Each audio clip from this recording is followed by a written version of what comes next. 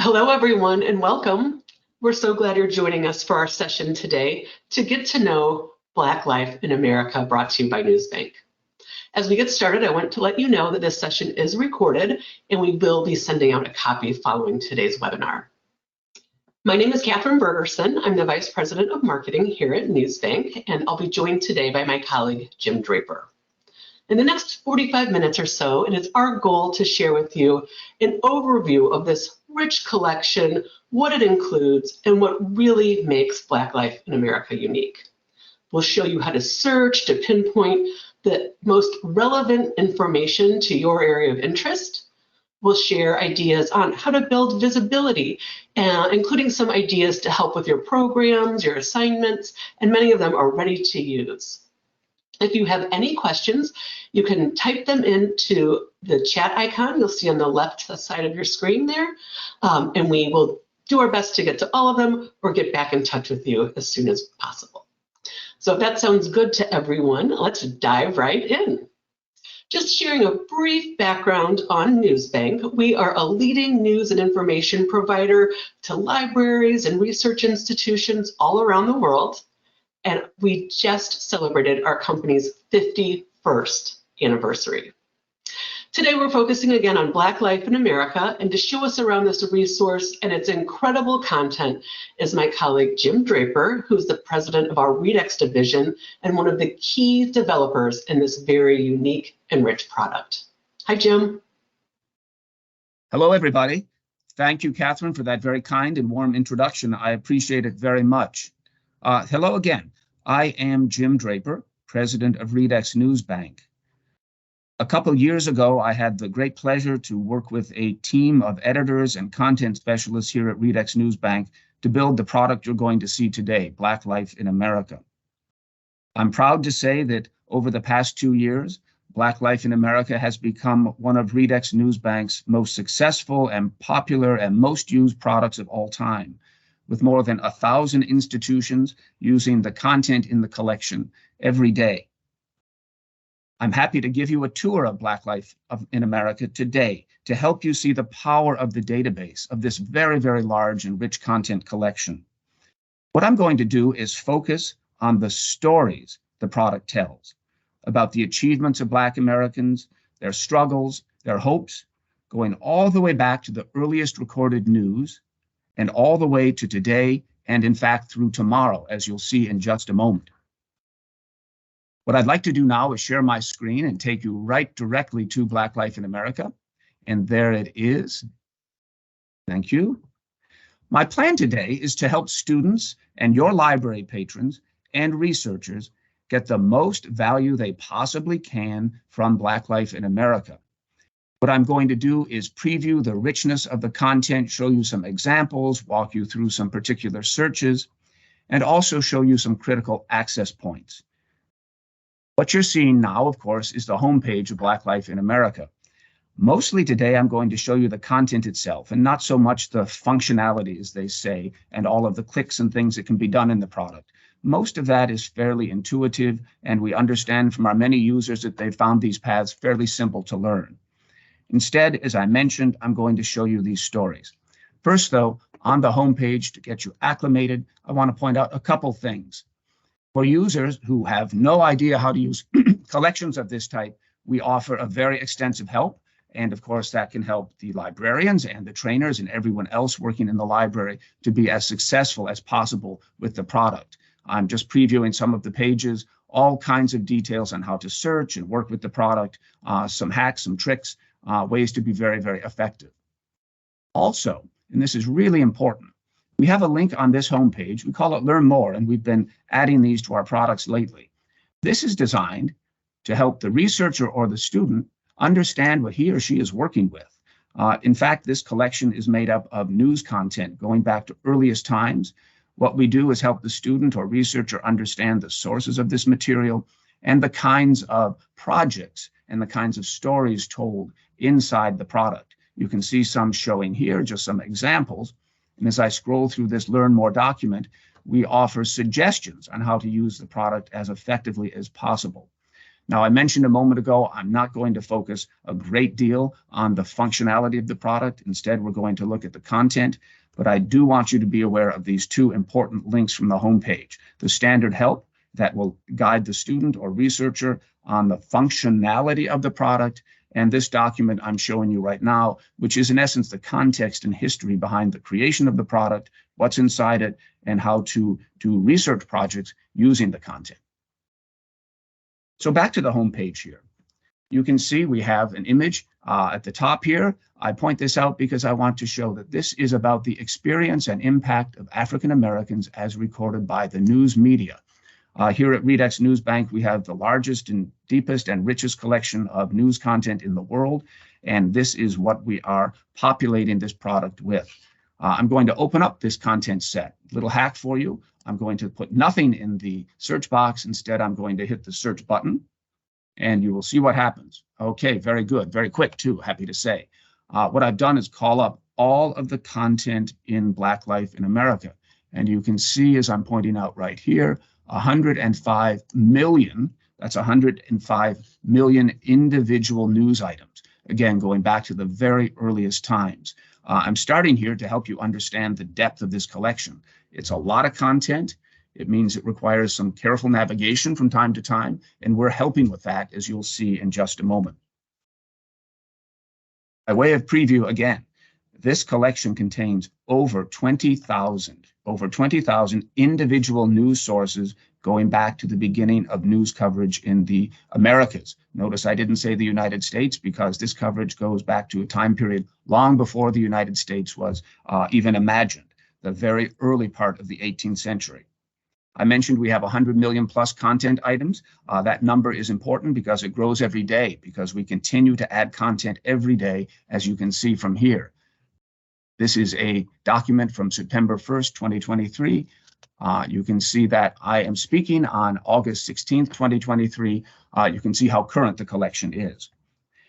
Coverage in this collection is from all over the United States, all 50 states, and also from all over the world. We have very deep news assets covering many, many nations in all continents, including, importantly, dozens of African American current newspapers and hundreds of historical African American newspapers. It's as rich as you can get, and that's thanks to the depth of the Redex collections in particular of historical newspapers. I want to show you a couple other things before I dive into some of the content itself. Here's a preview again for you of the type of content we have and the sources. I mentioned we have over 20,000 of them. These are not 20,000 individual items, that's 20,000 sources. Some of these sources going back over 200 years. And here are examples just to help you understand, again, how rich this collection is. 20,139 individual sources here, covering all date ranges.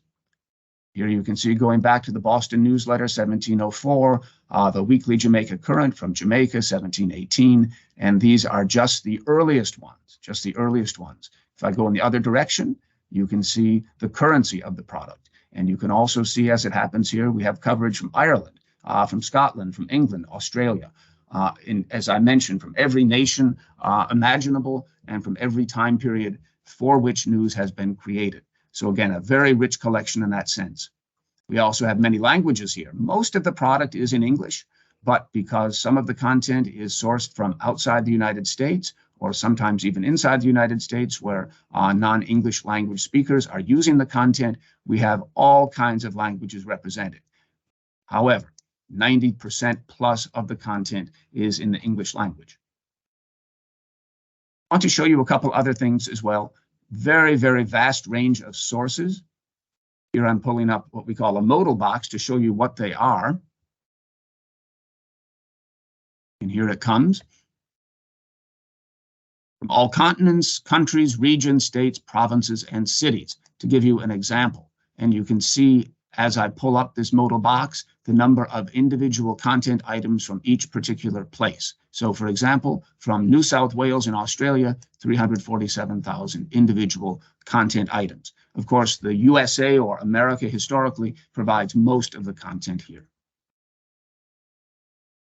So I'm going to back up now and show you something else, and something that I think is a very important point of access for Black life in America. And based on everything I've heard from customers and users, it is the most critical entry point for discovering the content.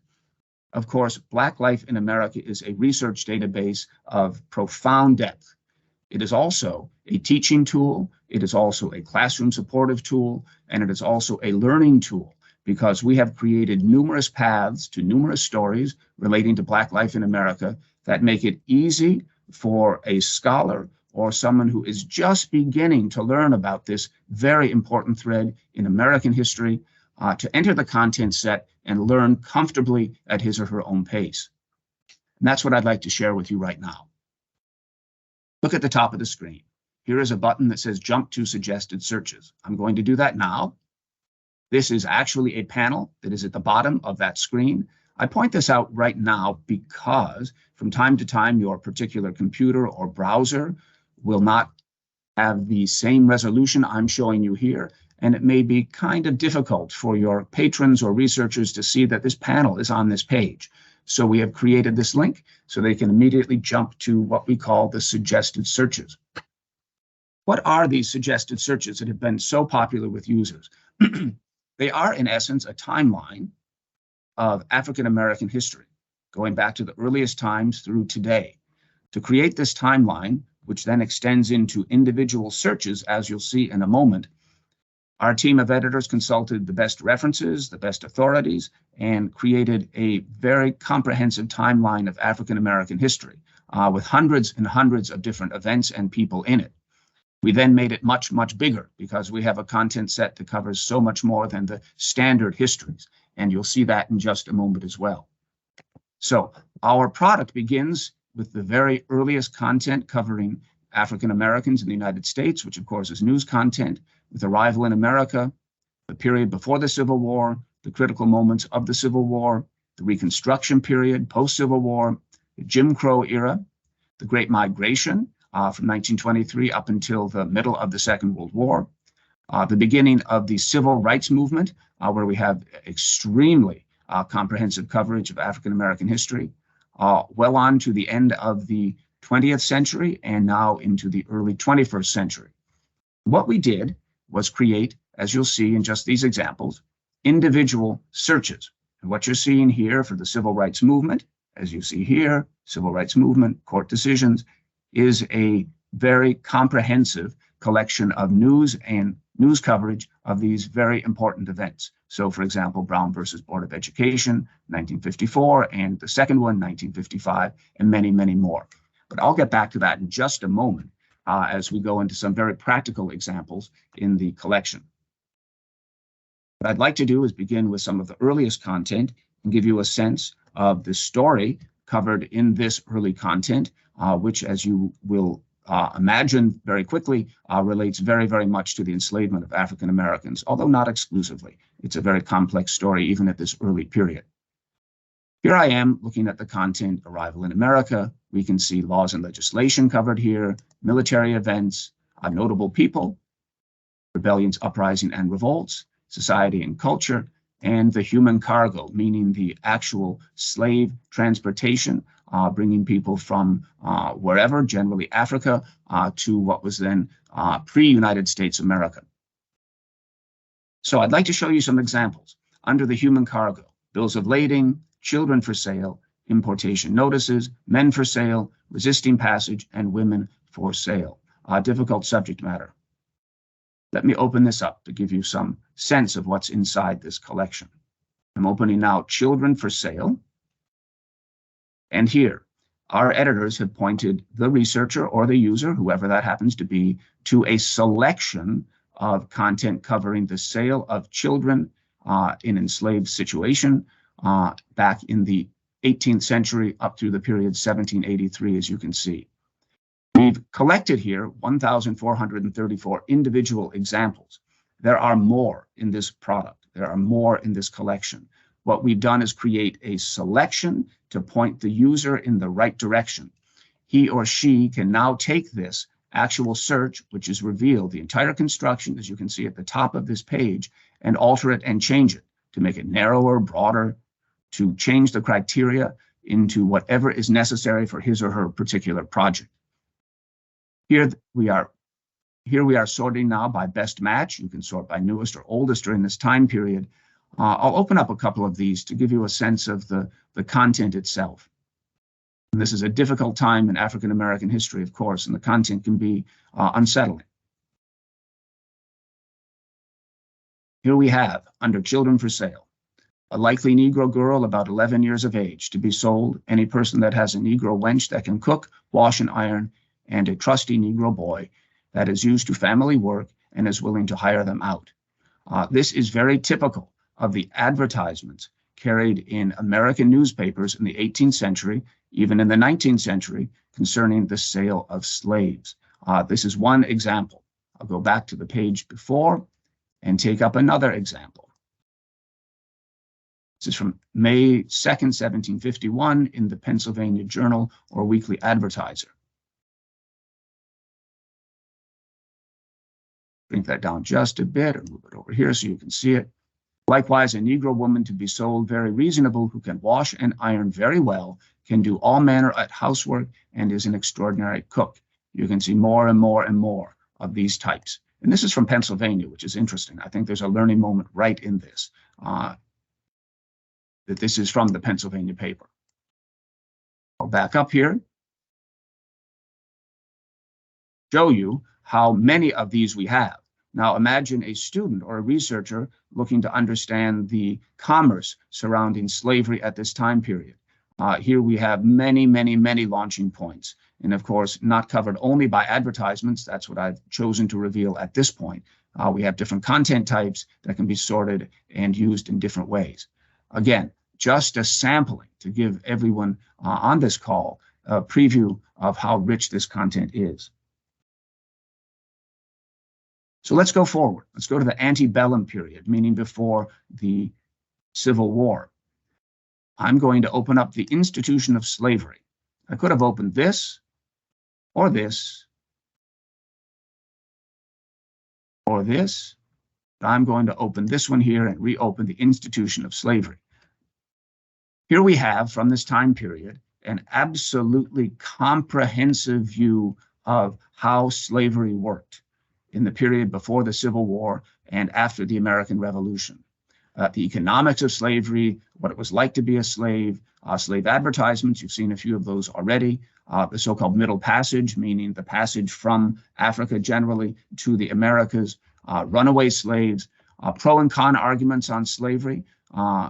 There are many on each side, and we cover them extremely comprehensively. Slave markets, underground railway, all kinds of coverage, as you can see here.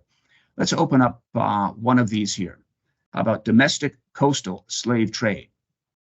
Very important in the economics of the United States, particularly the South during this time period. Here we selected 711. These again are hand-built searches by our editorial team. Here are the examples.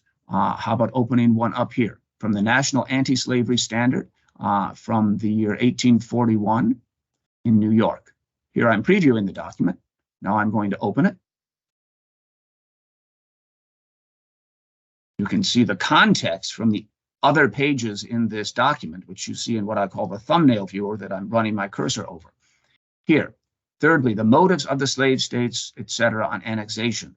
This is about the coastal operation of the slave trade, the domestic coastal slave trade. Lots of content in here. I'm not going to go through all of it right now, but this gives you a sense of what's inside. Continue to scroll here so you can see this content in its richness. I'll open another now, Condition and Life of Slaves. It's fascinating to me as a publisher how well covered these matters are in the news media, which of course is the first record of everything, and of course is a primary source of the most intense and perfect kind when you think through it, because of its in the moment directness. So here we've selected 438 results on plantation life, condition of slaves, life of slaves from the time period 1784 to 1860. And we have been very tight with this, meaning we are not showing most of the content that's available. Again, we're creating jumping off points to make sure that it isn't a fire hose of content that comes at the user. So, physical condition of slaves. This is from 1836, the New Hampshire Patriot and State Gazette. I'll open that up.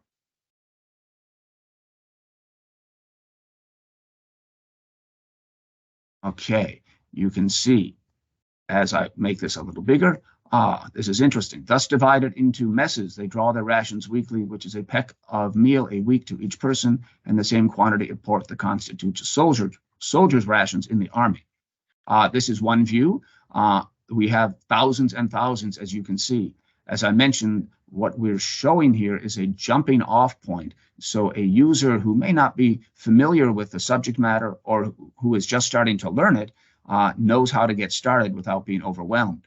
Of course, a very sophisticated researcher who is looking for every word from the news media from this time period on this subject, in this case, the condition life of slaves, has access to all that content through the search box or through the modification of what we call a suggested search, as you saw up here. Continuing along, I want to share some other examples. Again, the focus today being the richness of the content set and how much can be done with it. We're jumping ahead to the Jim Crow period. I'm going to open up court decisions, and I'm going to open now Plessy versus Ferguson, an extremely important late 19th century case from the South, from Louisiana. Here we go.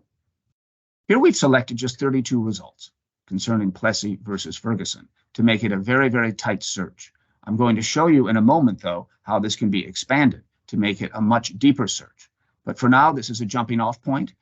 Best match it begins with, if a student wants to see the earliest result concerning this case, go backwards in time, and here we have it, May 18th, 1896, published in the Atlanta Journal. Here are a few more examples that I'm scrolling through. It's interesting to me to see that from New Jersey, from Milwaukee, from Sacramento, and elsewhere, including Aberdeen, South Dakota, and elsewhere. Very intense interest in Plessy versus Ferguson. But watch now. We have selected 32 results. I'm now going to extend this by 100 years, 2022, and re-execute this search. Remember, we were at 32 results.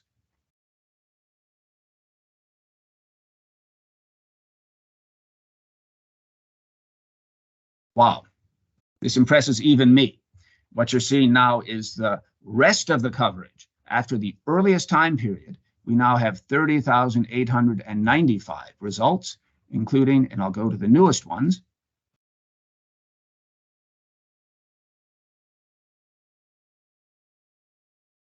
results from December 2022 and even more recently. Again, very comprehensive coverage. And you can see here Plessy versus Ferguson. Some on the call may be aware that the posthumous pardoning of the plaintiff occurred in 2022. And because of that, we cover it in a later era as well, which I may show you in just a moment. But again, what you're seeing here is the opportunity to look at this case from many points of view across a very long period of time and see how it evolved. And I'll show you one other interesting thing.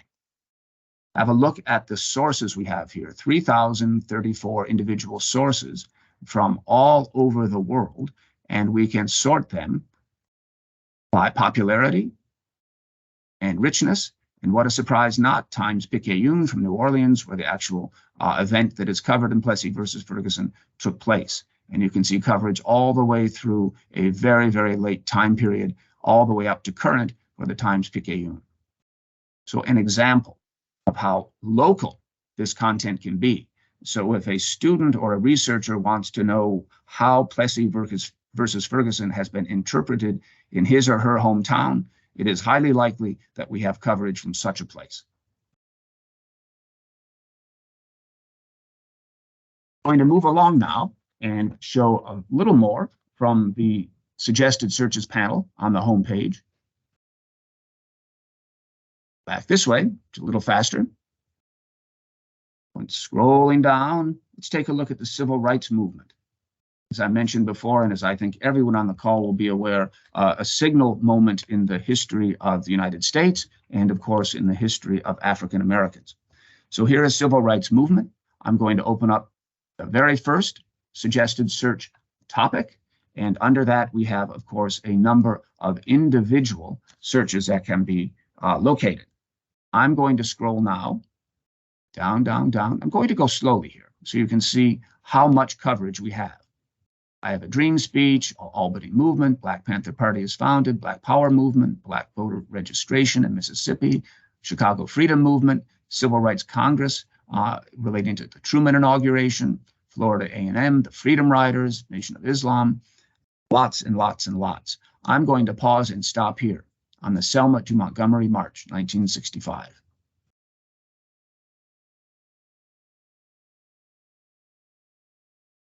This, of course, was a signal moment in American history. It has been much written about. The news media immediately covered it, as you would imagine, and you can see that happening here. I'm going to sort to the oldest as opposed to the best, and you can see on the very, very day this was happening, there was coverage around the world. This, of course, can be expanded very, very significantly beyond 1965. The search right now is limited only to that year. So imagine yourself being a student or researcher who is looking to understand beyond 1965 the meaning and the interpretation and the impact of the Selma to Montgomery March. You can do that right here, doing the exact thing I showed with the search just a moment ago, where we extended Plessy versus Ferguson up to current time. I point this out because it's a very useful tool that our users have told us has actually made it possible to do things they never could before with a content set of this type. So here you see again Selma to Montgomery. What I'm going to do is just extend this a little bit here. Cursor there. Make it 1965 through, let's just say 2000. Extend it a little bit. Okay, lots and lots of content here, as you can see, and I'm going to sort it one more time by the actual source. So you can see the richness of coverage of the Selma to Montgomery March. Here you see all of this content going back all the way to the beginning of that time. And not surprisingly, the Birmingham News from Alabama is the highest level of coverage for this topic.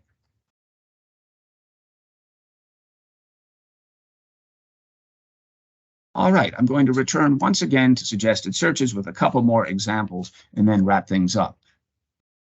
Here we are moving now into the notable people area in the suggested searches for the civil rights movement. I'm going to scroll down there.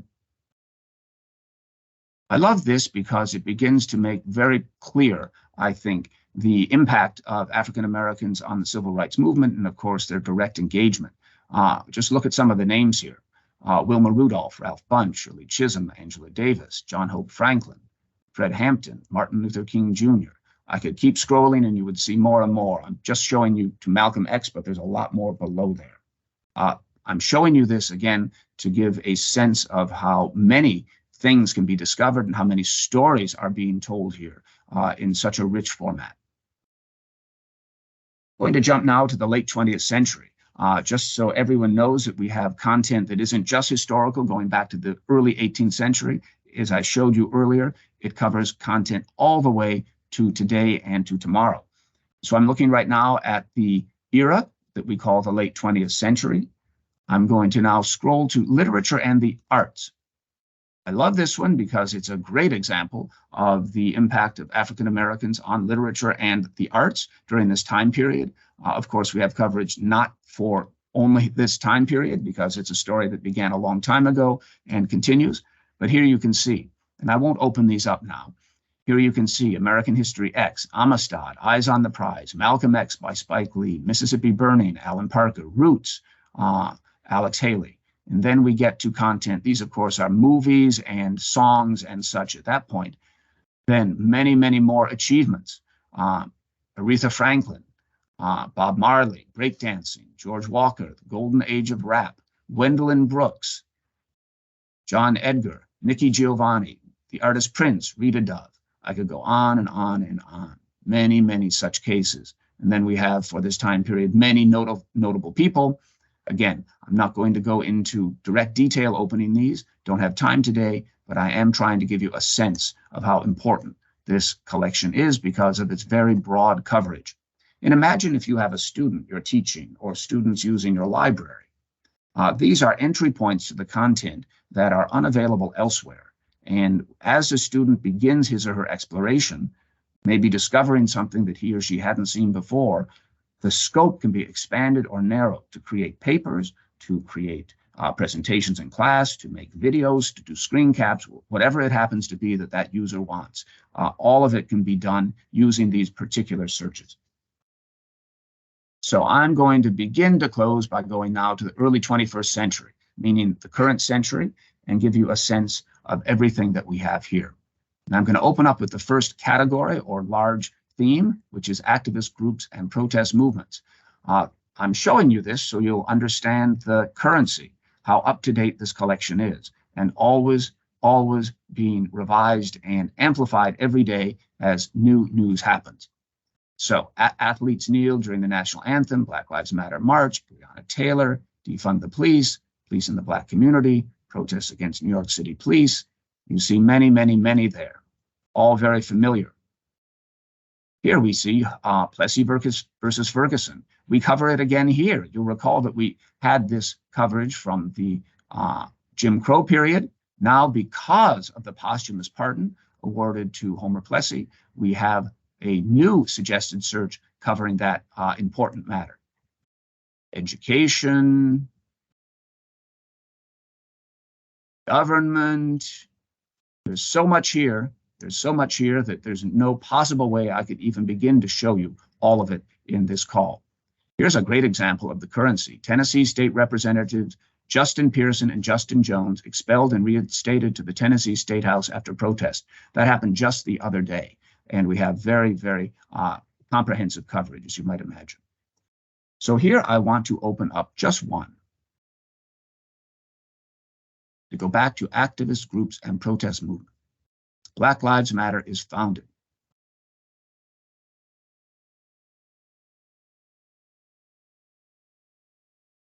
For some on the call, it may be surprising to understand now that the Black Lives Matter movement was founded in 2013, not in 2020, as many news sources have seemed to claim, which is not actually the case. What I'm going to do is show you now the power, again, of this product. I'm going to add 10 more years to this search. You can see initially it is just Black Lives Matter. It had been limited to 1 year, the year of founding, 2013. By adding 10 years, I'm going to do another search. Keep in mind, we had 23 results. Now I'm going to search and watch what happens. Okay, what a difference in 10 years. 762,959 individual content items. Right here is 1,000 term papers waiting to be written, 100 classroom projects, and tons of learning by students of every age. And they can see, using the tools on this bar here, where this coverage came from, and they can find local coverage, local points of view from their cities, their states, sometimes even, very often even their individual towns, or explore what were the views of Black Lives Matter in Europe or Australia, South America, and by clicking more options elsewhere. You see here an example of how comprehensive this coverage is. Imagine, from Europe alone, 101,000 individual content items covering Black Lives Matter. So I'm going to close with one more thing.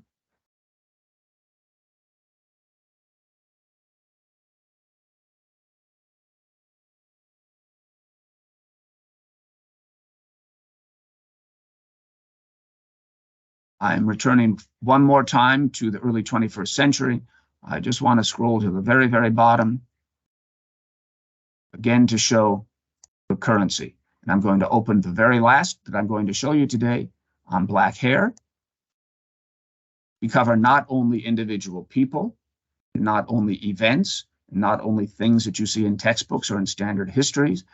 Instead, by reading the news, we came to understand certain themes that are very prevalent. and one of them is black hair. And we have created a search, as you can see, around black hair. The way we've structured it, 5,000 results, as you can see here, but of course that can be added to or shrunk down based on a user's particular interest. But here, I love this. It sorts to the newest, as I did a moment ago, very current coverage of Black women weighing the risk of hair straighteners, and you can see more coverage, much more coverage below. I take you back to the home page so I can say thank you. I hope that this has been a useful and engaging opportunity for everyone on this call to see the depth of this content set, of this 105 million individual content items covering the experience and impact of African Americans from the very earliest times all the way to today and to tomorrow. Redex NewsBank is very proud to have produced this product and to have created a database covering in such detail the entire story of African Americans and this very important thread, large thread in the history of the Americas, of this America, and of the United States. Thank you very much for your time and for your attention. Thank you very much, Catherine, for waiting patiently. And now I return the screen to you. Thank you. Thank you. Really valuable and fascinating examples. Wow. Well, now that we know more about the fantastic resource and how to pinpoint that information, let's get it into the hands of your patrons, researchers, faculty, students, all of your users. Because we know, of course, if people don't know about the resource, they won't use it. So I'd like to share with you my top 5 easy-to-use engagement strategies. And they are actually all in the handout section. You can download them right now, and you can use what we have outlined for you, or you can customize them for your own library. So number 1 is to get it in the news. You can add a write-up in your library or institution's newsletter, public libraries, submit a press release to your local community news outlets. We have a sample of an internal newsletter article and graphics you can use. It also can double as a blog post. And you can see here several examples by other public libraries and universities. Number 2 is building your web presence. Perhaps you do a featured resource of the month, or a did you know section, or a DEI section. Again, we have graphics and brief descriptions for you to use. Here you can see Contra Costa County Library did a write-up in their newspaper section. We have Michigan State Library in their ethnic studies area. So of course, the more places you can add it, the more likely it is that people will discover it. Say it on social. You can use our ready-to-use social media posts and graphics to let people know about the resource and how to use it. Here you can see several examples from customers, including Arizona State University, Richmond Public Libraries, and others who used our graphic and the descriptions, but they made it their own a bit, and we really welcome that creativity.